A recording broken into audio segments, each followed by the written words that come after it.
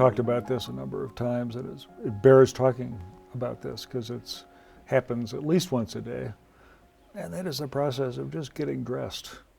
Maybe twice a day. If you get dressed and then have to go out, you have to get dressed again. And then if you shower or bathe, you might have to get dressed again after that. You can make it pretty complicated.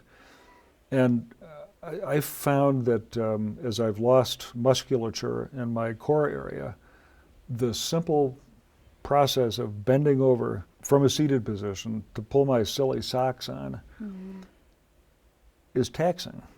I get out of breath. Are there things we can do to make life easier in this regard?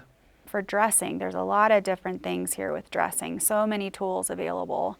A phrase that we use commonly in our multidisciplinary ALS clinic is work smarter, not harder. So it's all about using your energy for the things that you want to do and conserving your energy doing the things that you just have to do, like getting dressed. So maybe you're getting dressed in a seated position because it's easier. I've been having greater challenges getting the sock on around the ankle and the heel. Yep. Wind up falling backwards on the bed while trying to pull the sock up, and Right. and that's expends energy. So getting a shirt on, if there's buttons, using a button hook.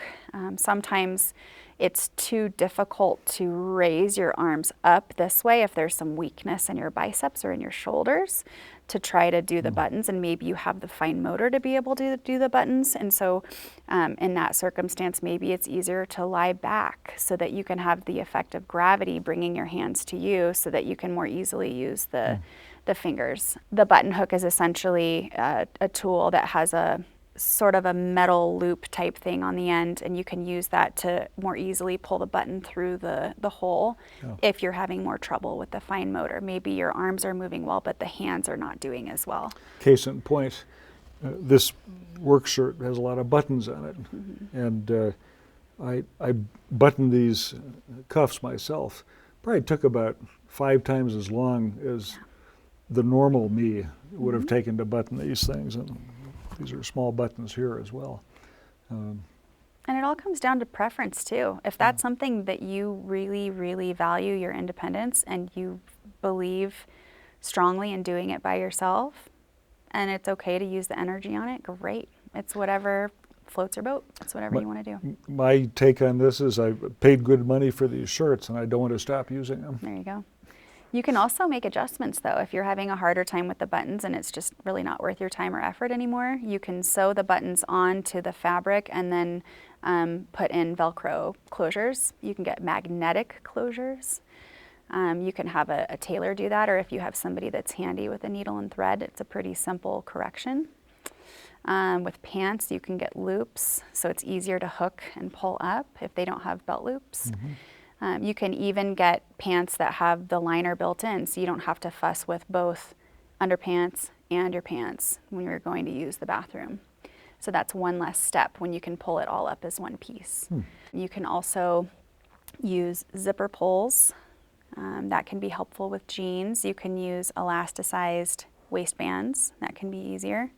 Some people will leave their button-up shirts somewhat buttoned up, and if they're able to get their arms overhead and do it that way, it can save you some steps. Let's talk about socks. I think earlier you might have mentioned, I forget what it was called, but a device that helps you put your socks on. Our favorite word, sock donning. There. The sock donning tool. Yeah, so that can be a good option. I do want to mention also the positioning when you're using the sock donning tool, or really for putting on pants or other things. Just having a good stool to be seated on or on the foot of your bed, just for safety, number one. And it does make it a little bit easier. You're not having to balance, you're not having to bend over. So it does save some energy to do the dressing in a seated position. And sometimes also gathering your clothing ahead of time, get it set up so that you don't have to be going to the dresser, to the closet, back to the dresser, to the bathroom, and you have it all in one place. With the sock donning tool, essentially, it's something that you place the sock on and then you put your foot into it. And then using a shoe horn to put on the shoe. Instead of shoelaces, you can use, there's all kinds of different products out there. There's a lock laces is a common Yes. item, and it's kind of like these stretchy curly Q shaped laces that you can pull the shoe open and slip your foot on. There's also new cool shoes out there that when you slide your foot into it, the back it lowers and then it pops back up on the back of your foot for safety, so your shoes aren't going to slide off if they're slip-on. Talk about, this won't take long, the difference between shoe horns with a long handle and shoe horns just regular length. Mm-hmm. Advantage either way? Certainly. You know, with a short-handled shoe horn, you have to be able to bend over further to be able to have the correct leverage and placement to get it on. So with a long-handled shoe horn, it allows you to do it from a more upright position. So if you're having more trunk weakness or stiffness, sometimes people just have really stiff, maybe they've got severe hip arthritis, and so they're not able to bend knee to chest or chest toward knee, and so that allows you to be able to reach without bending over. So there's a lot of other things intermixed with this, you know, some comorbidities that can affect your movement and your positioning. So that's the benefit of the long versus short. If you are tying your shoes, or if you do need some hand assist to get the shoe on, to have, or even for toenail care, if you're clipping your toenails or putting a lotion on your feet, you know, having something to prop your foot up on so that you're bringing your foot up to you, and then you can push your upper half forward to reach a little bit more easily. The person unaffected by these kinds of muscle problems would put your foot up on the bathroom sink, or put your foot up on the rim of the toilet, or something in order to reach the toenails to clip them. That's really hard to do. That's a terrifying thought for me, to have people doing that, because the sheer amount of balance that's required for that is just really, really tough.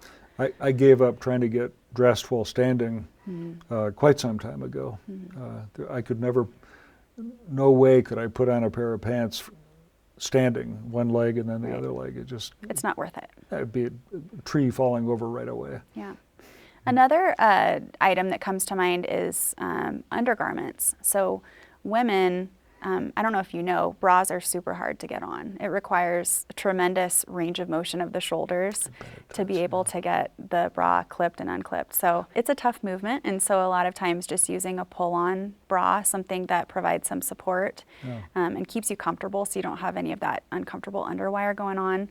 A lot of women just don't wear bras because it's not worth the fuss, and it's just much more comfortable that way. Another thing that I think about is jewelry. So jewelry can be really tough to get on, and sometimes you want to continue wearing your sentimental jewelry items, right? And it's tough to get them on and off, so you can have magnetic closures there. Earrings can be really tough, but I think there's also some adaptive strategies there, such as a magnetic closure, I want to say, with that too. So, and with bracelets. Speaking of bracelets, it's brought to mind, I participated in a research study that had me wearing something that looked very much like a watch. Just the fact of putting the watch on and getting the little buckle, the neoprene strap into the proper place with the it was tiring. Well, there's watch bands too that you can get, you know, just for fashion or for function. And there's also, you know, stretchy bands that you can pull on more easily. Lots of options. And for hair, you know, a lot of the time I hear complaints around difficulty styling hair independently and having a hard time getting the hair into a ponytail or just getting it off of your neck if you have long hair. And so using the claw clips can be really helpful. When we're looking at this big picture, trying to conserve energy as much as possible, maintaining independence, and making it safer and easier, more convenient, it's using tools. So when you're brushing your teeth, if you have a manual toothbrush, this is extra movement that you're having to generate in order to do the scrubbing of a toothbrush. So an electric toothbrush is a no-brainer. And if you're me, just to interject, not only because there's nothing wrong with you, right? And you want to be doing everything that you always did. You're standing and you've got one hand on the sink and you're brushing with your other hand. Well, that's really smart. As far as energy conservation, not. Yeah, that's a perfect example of where you can save a little bit more energy by having a stool there. There's no reason to be, you know, fumbling with the floss and tiring out your back by leaning on the countertop. You could be seated instead and propping your elbows. Elbow props can be a really great way to decrease fatigue in your arms and your postural muscles in your back and in your core. Other ideas, for women that are applying makeup, if it's for a special occasion or just to spruce up, propping the arm, that helps with safety truly and precision and just being less fatigued. And when you're leaning with your elbows on the vanity or the sink, you're giving your respiratory muscles a little bit better opportunity, almost like a tripod kind of a situation where it assists your breathing to some degree. But also, if that's something that you like doing and it's maintaining your ability to use those muscles to do things like that, there's no problem doing that. If you prefer to stand and do it, that's totally fine. But if you find that getting ready in the morning takes too much of your energy that you'd prefer to be using elsewhere, then of course it would be wise to cut some corners if you can and do things a little bit more easily, such as shaving, using an electric razor. Maybe even something that doesn't require, any water at all, so that it just makes it much more simple. And you can even do it in a seated position with a mirror in front of you.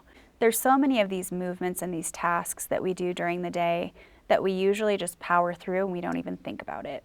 And I think when things become a little bit more challenging, when there's some weakness that makes things take longer, sometimes we just do it and get it done.